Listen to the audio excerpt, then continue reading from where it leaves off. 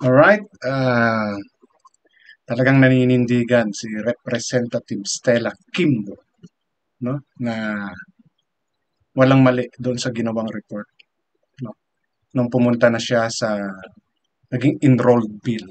As I discussed in one of my content also, the difference between BICAM report at saka ng enrolled bill, di ba? At tayo ay may issue sa BICAM report na kung saan according nga doon kay Congressman Ungab, 28 blank spaces ang kanilang nakita doon sa BICAM report na pagdating sa enrolled report bill, nawala, no? Nawala siya.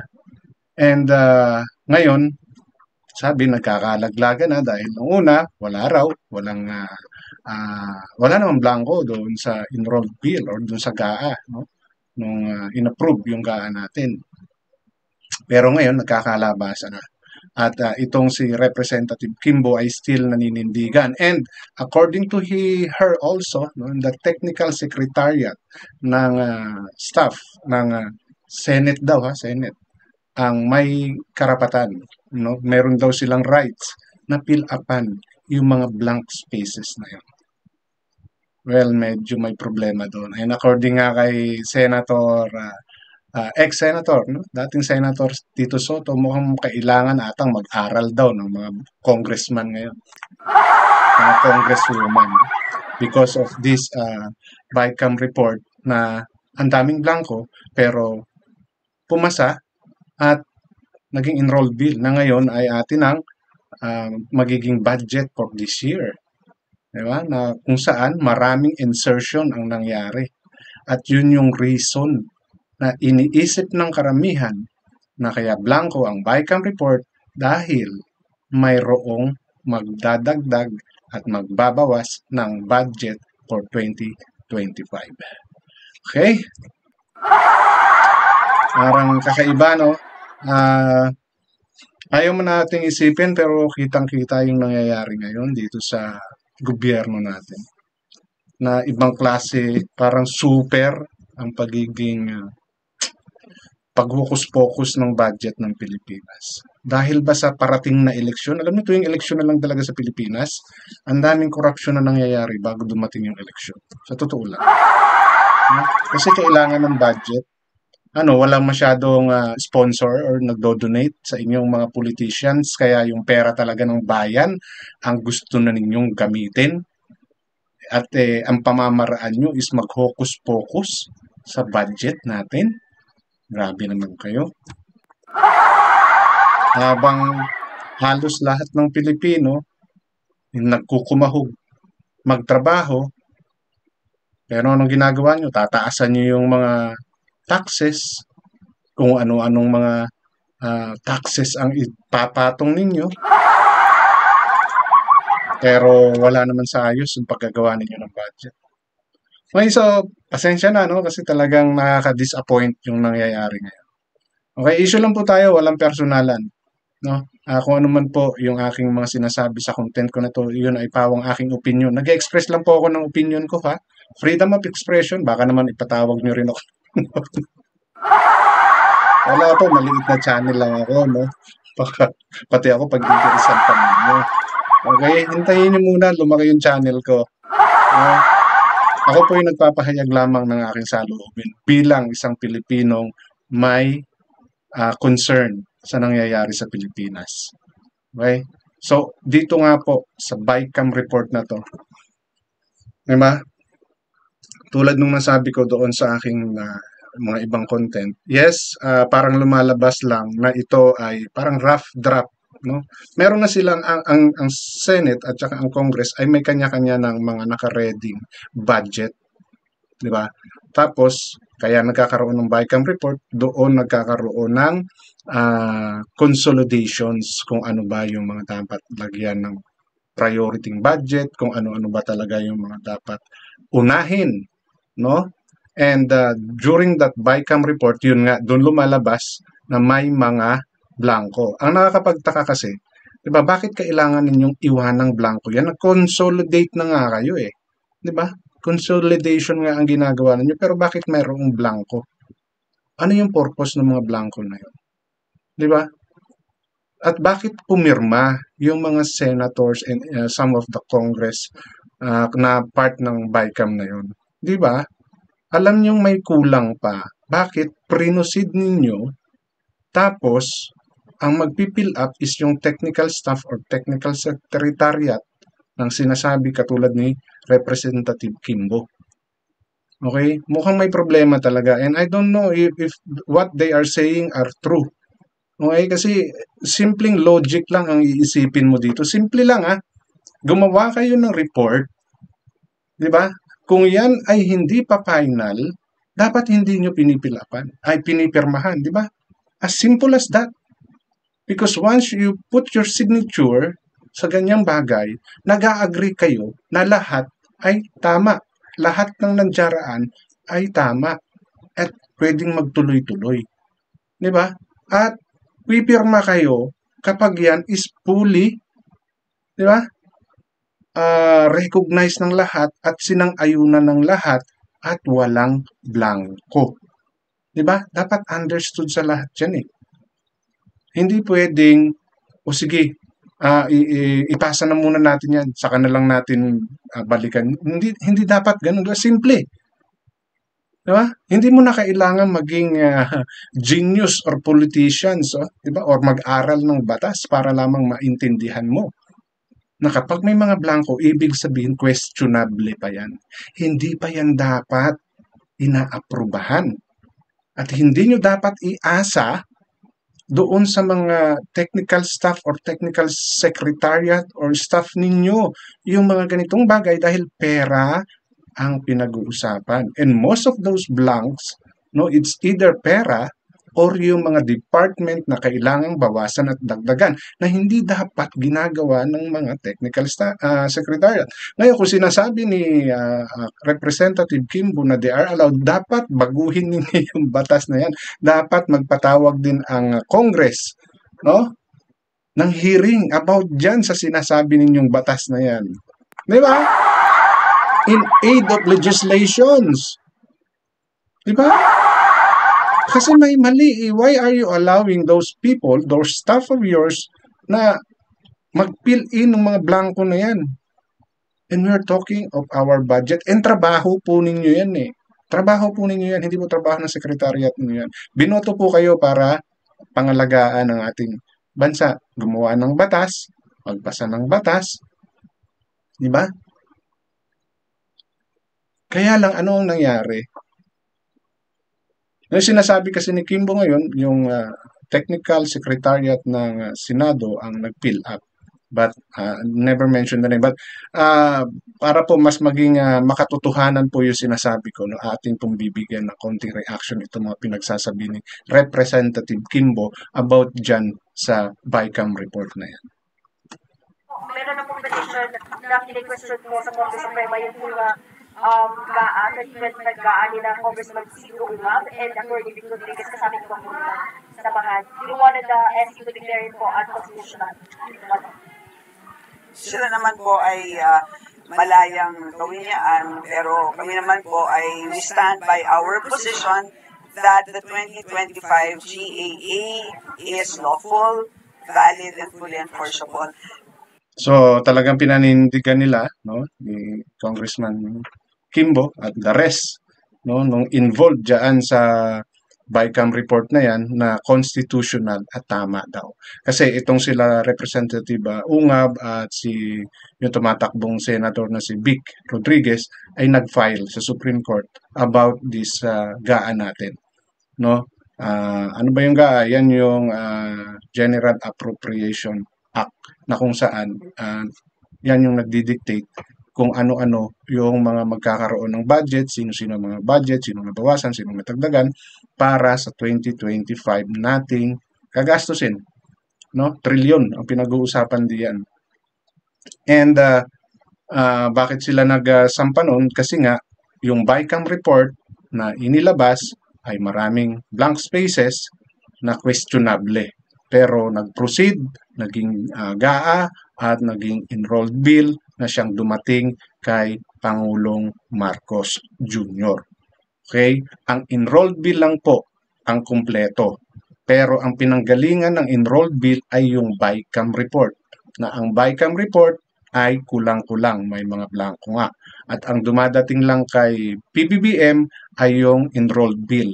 So, wala siyang knowledge kung yun bang BICAM report ay blanco, kumpleto, kulang o kung ano man ang nangyari. Ang kanyang nare-receive ay yung enrolled report. Okay? So, dalawang dokumento po yun. Isang BICAM report na naging issue at yung enrolled bill na siyang pinipirmahan ng Pangulo. Okay? So, ang sinasabi ni Representative Kimbo, walang mali. No? Walang mali doon. Kasi nga raw, kumpleto yung enrolled bill. Pero, saan ba nanggaling yung enrolled bill? Di ba? Saan ba nanggaling? Ano yung mga naging reference para mapunta or magkaroon ng enrolled bill? Di ba galing BICAM report? Yun yung questionable. No? Paano mo nakumpleto yung kulang? At sino yung nagkumpleto? At bakit kailangan may blanco? Hindi nila pwedeng sabihin na ituloy na muna kasi mauubusan ng no, di ba? We are talking of our budget. We are talking not just 100 or 1 million, it's a trillion budget. Na hindi pa nga alam kung saan kukunin yung mga budget na yan. Di ba? So bakit nagkaganon? Pero according to Representative Kimbo, lawful ang ginawa nila. Ang paliwanag, simple lang naman po, ang enrolled bill na, bale, in short po, ang sinabit po ng Kongreso na General Appropriations Bill ay complete. At yun po ang naging basehan po ng 2025 CAA. Yun yung mali, no? Oo. Complete yung enrolled bill na pinagbasihan sa GAA. Saan kinuha yung nilalaman ng enrolled bill? Yun yung question, Ma'am Representative Kimbo. No? Ano ang pinanggalingan ng enrolled bill para makagawa tayo ng GAA? Kayo ng GAA. Na hindi ninyo masagot. Bakit ang BICAM ay incomplete pero yung inyong enrolled bill ay kumpleto? Yun yung question.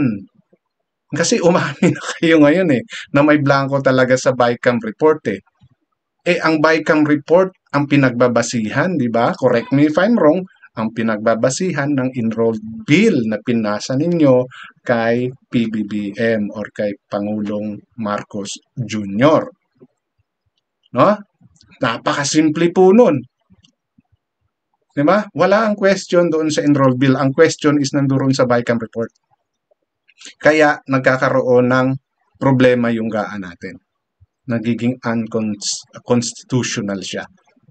Dahil paanong nangyari, nagkaroon tayo ng GAA samantalang may blanco yung BICAM report ninyo. Sino, paano, ano ang nangyari. At nung dumating kay PBBM ay kumpleto na. Simpleng-simple po. No, hindi na namin kailangan pa maging abogado.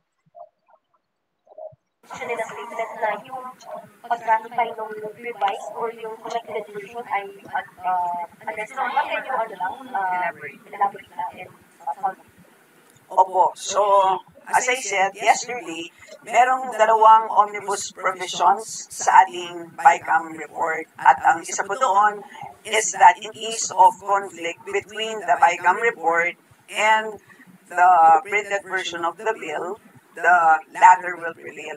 Which happened in this case kasi yung BICAM report merong blanks and then yung printed bill ay merong figures. So in that case, ay yung printed bill ang nag-prevail ayon sa omnibus provision. Okay. So, totoo yun. Diba? Nag-prevail. Pero, ang question po, Ma'am Representative Kimbo, no? Nag-prevail man yung printed bill, saan nang galing yung mga paano na kumpleto pala? 'Di ba? Kasi nakabase naman kayo doon sa sa BICAM report Di po ba? So, paanong nangyari yung printed bill or yung enrolled bill ay nakumpleto? Paanong nangyari yun? No? Nakakapagtaka na yung printed or yung enrolled bill nakumpleto. Yun po yung question, Representative Kimbo, no? Kung nag-prevail man yung latter part which is yung printed bill, papaano pong nangyaring nakumpleto? Yun po yung question dito no? Na ang pinagbasihan nyo is yung BICAM report na halos lahat, no? Itong tinatanong, anong nangyari? Anyari? Di ba? Sinong nagkumpleto? Paanong nakumpleto at bakit ninyo inasa sa technical secretariat or sa technical staff? Sensitive matter yun. Paano kung nagkamali sila ng lagay ng zero? Di ba? Imbis na 1,000 naging 100 or imbis na 1,000 naging 10,000. Di ba? Oh, paano imbis na Department of Education ang lagay nila is Department of Health? Oh, or DPWH, di ba? So paano po yun? Yung mga simple na tanong lang po yan, no, na hindi na namin kailangan pang maging abogado para lang maintindihan namin kung ano yung BICAM report at saka yung enrolled bill. Paano nakumpleto ang enrolled bill na samantalang ang reference ninyo ay yung BICAM report. Di po ba? Ang importante dito is yung BICAM report ay ratified by the members. So, ibig O sabihin, bakit na-ratify ng members yan na may blanco? Di ba? Okay lang ba yun? Pipirma kayo na hindi kumpleto yung report? Di ba? Asa ka na lang kumpletohin kapag naipasa na? May mali, di ba? Yung hindi nga lang dapat pagpirma ng mga nandiyaraan sa mga nasa BICAM report, questionable na yun. Bakit hindi sa pumirma Di ba? Dapat hindi niyo pinoproceed yan Di ba? Ibig sabihin, hindi kayo mismo, hindi kayo nagkasundo. So you need to settle those issues first before releasing any report, di po ba? It should be considered incomplete. O dahil sinasabi nyo kasi mga against sila sa gobyerno, like Bato de la Rosa, alam ko isa sa mga hindi pumirma. Okay, if that's the case, no, it's a case-to-case basis.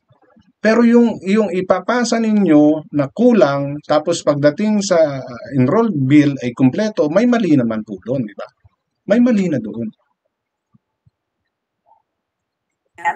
ay recognize ng members na may posibilidad na magkaroon ng corrections. Pero, Okay, recognize ng members na may correction. Sino ang nag-correct?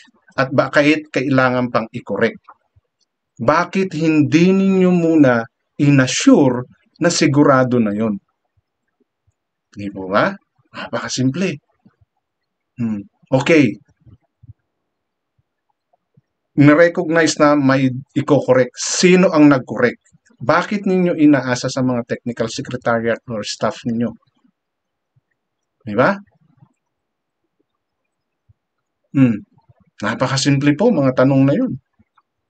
Omnibus provision has to do with the nature of the corrections. Sabi dun sa first omnibus provision, typographical errors as well as adjustments as a consequence of the amendments. Okay, what kind of adjustment? Di po ba? Parang kung it pertains doon sa mga values, numerical values, di ba? Parang may mali doon. Di ba? Baka kailangan nyo talaga magpatawag ng hearing sa Congress, no? Para maamyendahan yung batas na yan by allowing this technical secretariat or staff to do necessary correction because you're dealing here with the budget, no? Panggastos ng buong Pilipinas yan. Pera pa yung mga kinukura. Di ba? Oo. Yeah, baka kailangan nyo patawag sa Congress in aid of legislation. Typo error of spelling, okay. Diba? Okay lang yan. Mga spelling. But, insertion of values, diba?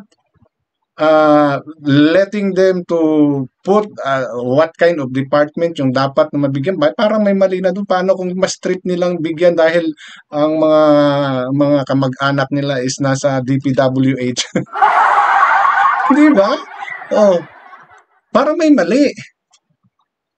Di ba? Parang ang labo nun, ang labo. Yung pag-fill in the blanks. Absolutely. At napaliwanag ko naman po na ang adjustments na nangyari po ay very ministerial. Ibig sabihin po, makikita po natin na these are based on the Senate Committee report, based din po sa HGAP, based din po sa, actually you will also see some of the figures in other portions of the BICAM report itself, and as well as BICAM discussions. Ang Technical Secretariat had absolutely no discretion. Yun ang importante po doon. Kaya sinasabi po natin na ministerial lamang po. Wala po silang discretion. May ilang po typographical error or grammatical error in nature ng fill the blank, parang amount po siya, which needs the discretion. So, Oh, again, ayan. Nabanggit ng reporter. May mga values, numerical values. May mga amount. Oh. Mostly ata ng questionabling doon sa 28 blanks is amount. And ang sinasabi niya, may discretion ang mga secretariat doon lang sa mga wrong spelling. So paanong nangyari? Ministerial lang daw. So kumbaga, ayun nga, mga spelling lang. Diba? Pero in terms of mga amounts, wala na silang pakialam. I stand by our position na Iniba niya na yung sagot. Nung nagtanong na yung reporter about doon sa amount, no? Ito na, I stand. Wala. Nakakaawa talaga tayong Pilipinas sa mga ganitong klaseng sagot na to, no? At ang labo talaga, malabo na ganun yung magiging sagot nila, no? Hindi nila masabi talaga kung sino yung naglagay, sino yung nagsulat. Or sino nag-fill in ng mga blanco na yon, no? Bakit hindi niyo i-mentions kung sino man sila? Di ba? meron pong typographical error in a sense that merong sinabi doon na amount na amended pero hindi naman amended because the figure is the same. So clearly, typographical error po yun. Meron ding in one page na formatting error. So clearly, typographical error yun. And the rest po would be adjustments as I had described to you. And as I said, ang importante po doon ay walang discretion po ang ating secretariat sa kanilang paglagay po or pag-report. Actually, ang nangyari po doon is nireport po ang mga figures na napagkasunduan na po ng ating BICAM members. So, pero I just want to make a distinction.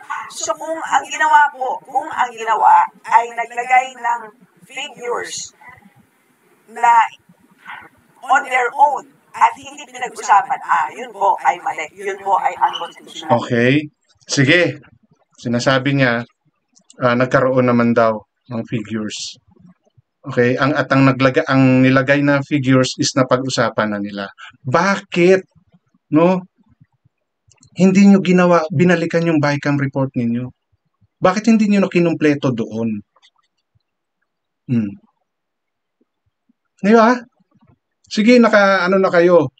Nag-consolidate na kayo. Okay na, may mga figures na. Bakit hindi niyo binalikan muna? Bakit niyo pinirmahan yung BICAM report na yon?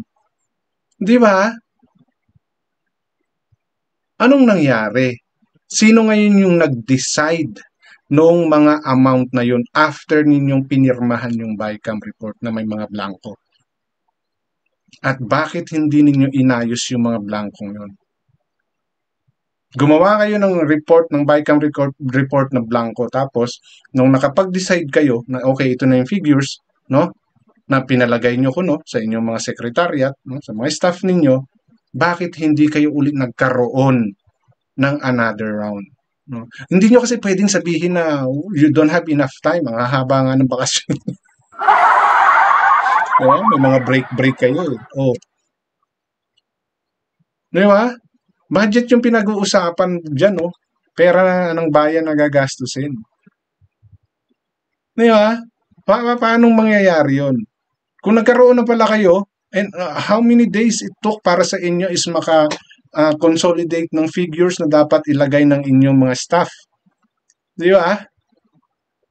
Paano nangyari yun? Yun yung, okay, nakakuha kayo, nakagawa kayo, nag-okay na kayo doon sa amount. Bakit hindi nyo binalikan yung mga blanco ninyo? Yan tuloy, lumabas, nakita nila ungab. Oh, na-question kayo ngayon. Di ba? So, regardless na wala kayong hocus-pocus na gagawin, ganun yung iisipin ng tao. No? Lalo't merong mga opposition. So, palalakihin nila yung issue. Which is ito yung nangyari. And this is the way you answer those questions na ibinabato sa inyo. No? Ang inyong mga staff lang ang nagsulat ng figures doon sa mga blanco. Yun nga paano kung nagkamali sila? No, imbis na 1,000 naging 100, imbis na 100, imbis na 1,000 naging 10,000. Paano 'yun? Di po ba? Di ba dapat nanduroon kayong lahat? Paano nyo ma-check? Di ba? Pero sinasabi ko po sa inyo, hindi yun ang nangyari. So, yun ang dalawang distinction. At again, as I had explained, lahat po ay ayon sa reports na existing na po. Meron lang sure figures. Yes. Yes, lahat po. So, ano yung reports na yun? Senate Committee report, the HGAP, the other portions of the BICAM report itself. Kasi merong main tables, kasi ang blacks po are in the special provisions. Doon po nangyari yun. And special man yan or ordinary man yan provisions, di ba dapat you don't leave blanks? Di ba? Ano na yan? Dapat hindi napaka-elementary, no? We are talking of the budget of the whole Philippines. So, hindi nyo dapat yan ginagawang, Diyos ko. Hindi po ako abogado, hindi po ako mambabatas, pero matagal po akong nangamuhan, so, abroad, no? So, these are kinds of mga, kumbaga, maiintindihan nyo dapat no? Bilang trabahador, dapat inaayos mo yung trabaho mo. Di ba? Hindi ka pwede na. Okay na yan. Dahil mayroong mga maaapektuhan. Same thing. No? Alam nyong kulang pa, alam nyong hindi pa pwede, or hindi pwede, dapat hindi nyo ginagawa, hindi nyo tinutuloy. No? Meron na pala. Bakit hindi nyo binalikan? Hindi kayo yung naglagay. Hindi ninyo ginawa. Natrabaho ninyo yun.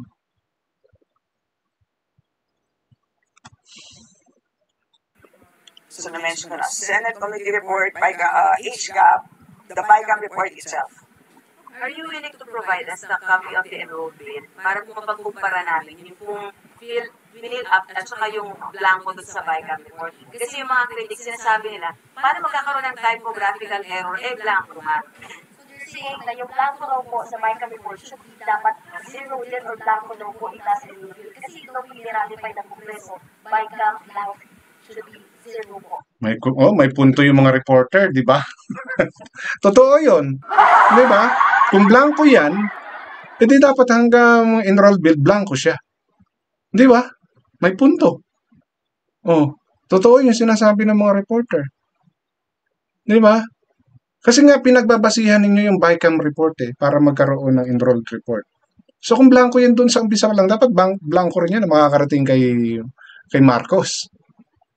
May punto yung sinasabi ng mga reporter dito. Di ba? Pero bakit nga ganun? Pagdating ng enrolled bill, kumpleto na. No? Kumpleto na.